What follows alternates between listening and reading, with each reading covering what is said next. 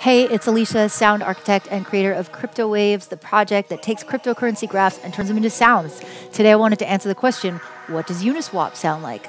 So I started out like I always do with these graphs on tradingview.com, and I took a little sliver of the last few months. So if you come and check out this ominous stab, it's a little bit like a Hoover. I stacked 2 of these Uniswap wavetables on top of each other and scaled the formants with LFOs.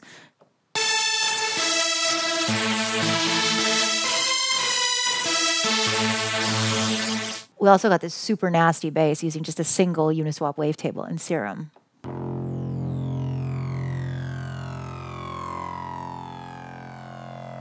Combine that with some strings.